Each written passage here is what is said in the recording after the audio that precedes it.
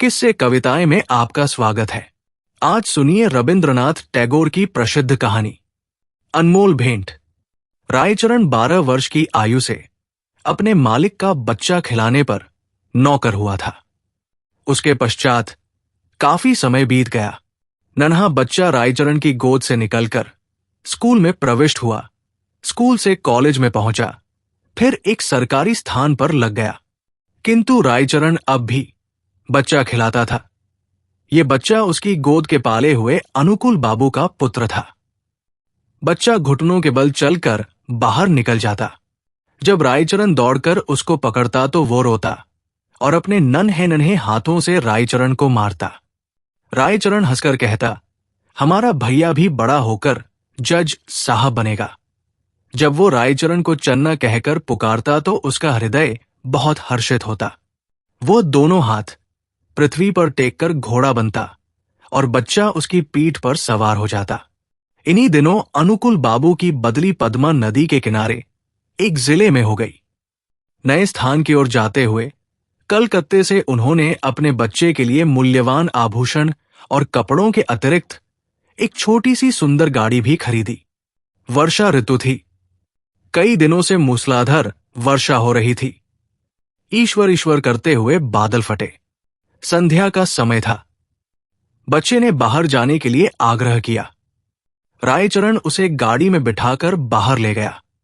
खेतों में पानी खूब भरा हुआ था। बच्चे ने फूलों का गुच्छा देखकर जिद की। रायचरण ने उसे बहलाना चाहा, किंतु वो न माना। विवश रायचरण बच्चे का मन रखने के लिए घुटनों घुटनों पानी में फूल तोड़ने लगा। कई स्थानों पर उसके पांव कीचड़ में बुरी तरह धंस गए। बच्चा तनिक देर मौन गाड़ी में बैठा रहा, फिर उसका ध्यान लहराती हुई नदी की ओर गया। वो चुपके से गाड़ी से उतरा।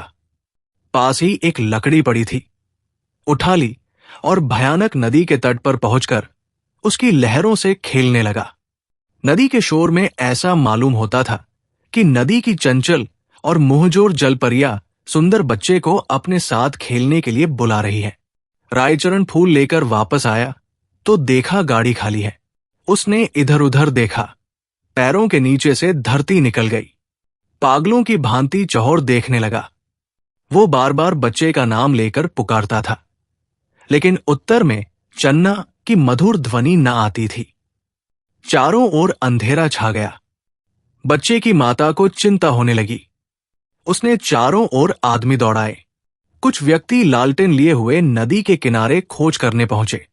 रायचरण उन्हें देखकर उनके चरणों में गिर पड़ा। उन्होंने उससे प्रश्न करने आरंभ किए, किंतु वो प्रत्येक प्रश्न के उत्तर में यही कहता, मुझे कुछ मालूम नहीं। यद्यपि प्रत्येक व्यक्ति की ये सम्मति थी कि छोटे बच्चे को पद्मा नदी ने अपने आंचल में छिपा लिया है, किंतु फिर भी हृदय में विभिन्न प्रकार की शंकाएं उत्पन्न हो रही थी। एक ये कि उसी संध्या को निर्वासितों का एक समूह नगर से गया था और मां को संदेह था कि रायचरण ने कहीं बच्चे को निर्वासित के हाथों न बेच दिया हो।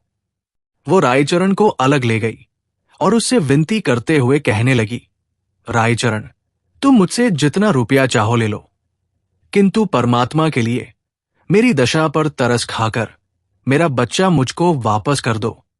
परंतु रायचरण कुछ उत्तर न दे सका, केवल माथे पर हाथ मारकर मौन हो गया।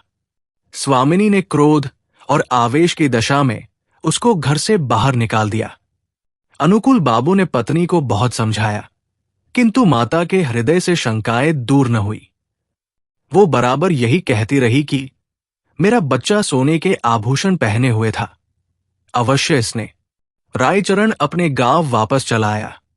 उसे कोई संतान न थी और न ही संतान होने की कोई संभावना थी, किंतु साल की समाप्ति पर उसके घर पुत्र ने जन्म लिया।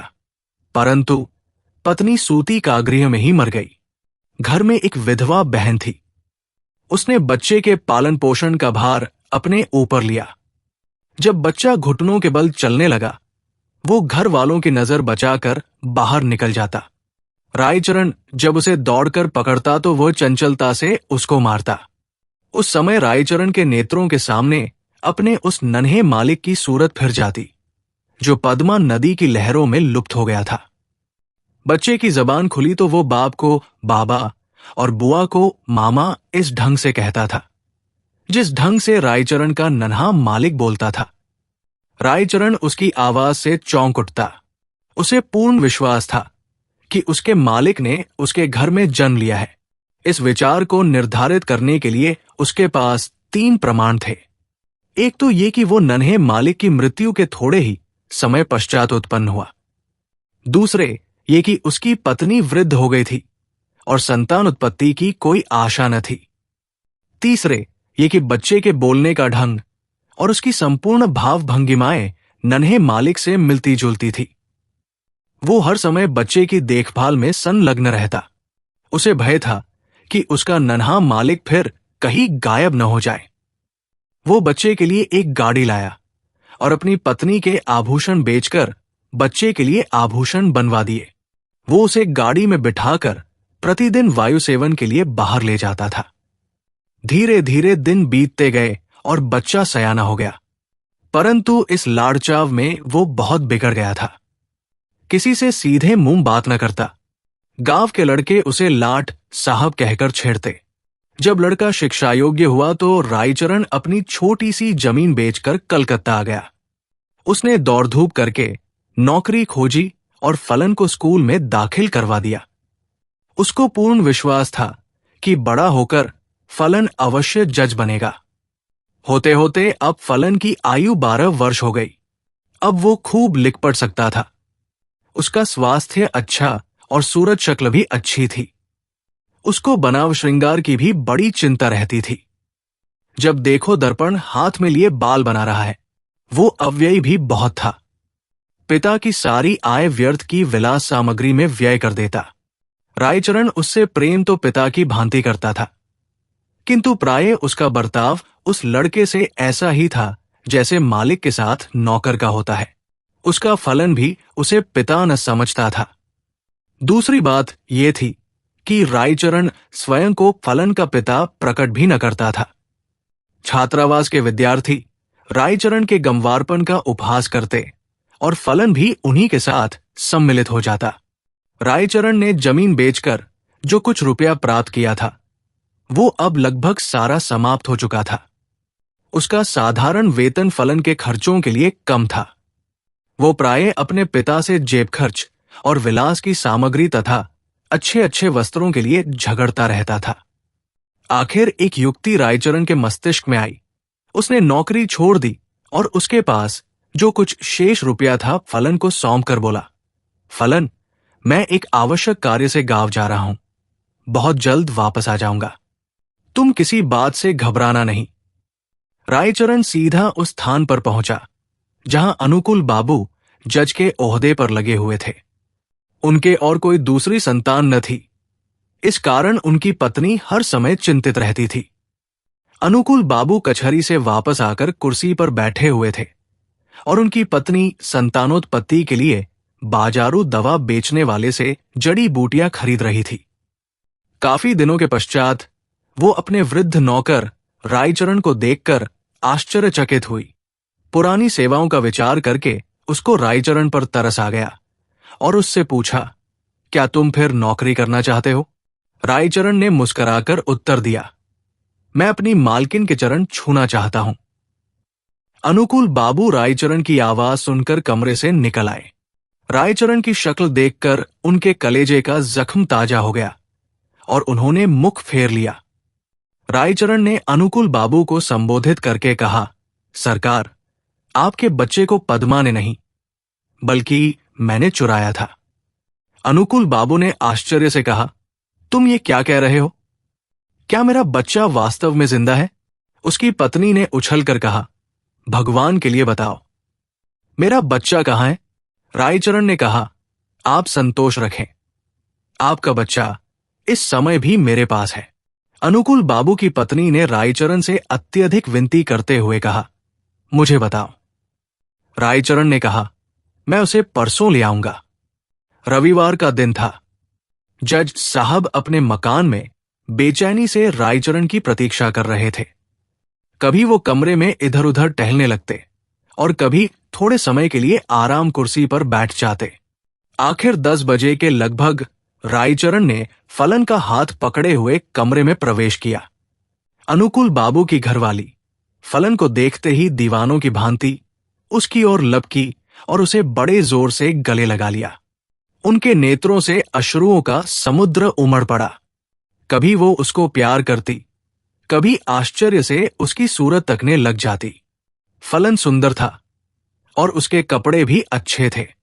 अनुकूल बाबू के हृदय में भी पुत्र प्रेम का आवेश उत्पन्न हुआ, किंतु जरासी देर के बाद उनके पितृप्रेम का स्थान कानून भावना ने ले लिया और उन्होंने रायचरण से पूछा, भला इसका प्रमाण क्या है कि ये बच्चा मेरा है? रायचरण ने उत्तर दिया, इसका उत्तर मैं क्या दूं सरकार? इस बात का ज्ञान तो परमात्मा के सिवाय और किसी को नहीं हो सकता कि मैंने ही आपका बच्चा चुराया था। जब अनुकूल बाबू ने देखा कि उनकी पत्नी फलन को कलेजे से लगाए हुए है, तो प्रमाण मांगना व्यर्थ है। इसके अतिरिक्त उन्हें ध्यान आया कि इस गंवार को ऐसा सुंदर बच्चा कहां मिल सकता था और झूठ बोलने से क्या लाभ हो सकता है। सहसा उन्हें अपने वृद्ध नौकर की बेध्यानी याद आ गई और कानूनी मुद्रा में बोले, रायचरण, अब तुम यहां नहीं रह सकते। रायचरण ने ठंडी उसास भरकर कहा, सरकार, अब मैं कहां जाऊं? बूढ़ा हो गया हूं, अब मुझे कोई नौकर भी न रखेगा।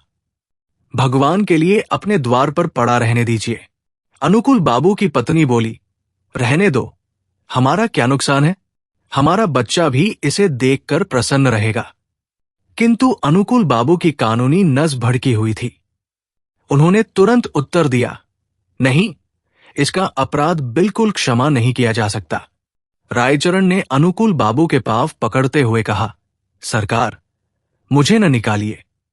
मैंने आपका बच्चा नहीं चुराया था, बल्कि परमात्मा ने चुराया था। अनुकूल बाबू को गंवार की इस बात पर और भी अधिक क्रोध आ गया। बोले, नहीं, अब मैं तुम पर विश्वास नहीं कर सकता। तुमने मेरे साथ कृतघ्नता की है। रायचरण ने फिर कहा, सरकार, मेरा कुछ अपराध नहीं। अनुकूल बाबू त्योरियों पर बल डालकर कहने लगे, तो फिर किसका अपराध है? रायचरण ने उत्तर दिया, मेरे भाग्य का। परंतु शिक्षित व्यक्ति भाग्य का अस्तित्व स्वीकार नहीं कर सकता। फलन को जब मालूम हुआ कि वो वास्तव में एक धनी व्यक्ति का पुत्र है, तो उसे भी रायचरण की इस चेष्टा पर क्रोध आया कि उसने इतने दिनों तक क्यों उसे कष्ट में रखा। फिर रायचरण को देखकर उसे दया भी आ गई और उसने अनुकूल बाबू से कहा, पिताजी, इसको क्षमा कर दीजिए। यदि आप इसको अपने साथ नहीं रखना चाहते तो इसकी थोड़ी पेंशन कर दें। इतना सुनने के बाद रायचरण अपने बेटे को अंतिम बार देखकर अनुकूल बाबू की कोठी से निकलकर चुपचाप कहीं चला गया। महीना समाप्त होने पर अनुकूल बाबू ने रायचरण के गांव कुछ रुपया भेजा, किंतु मनी ऑर्डर वापस आ गया, क्योंकि गांव में अब इस नाम का कोई व्यक्ति नहीं था। ऐसी और कहानियों के लिए आप किससे कविताएं पेज को, चैनल को लाइक, फॉलो व सब्सक्राइब करें प्लीज। कोई सुझाव हो तो अवश्य दें। धन्यवाद।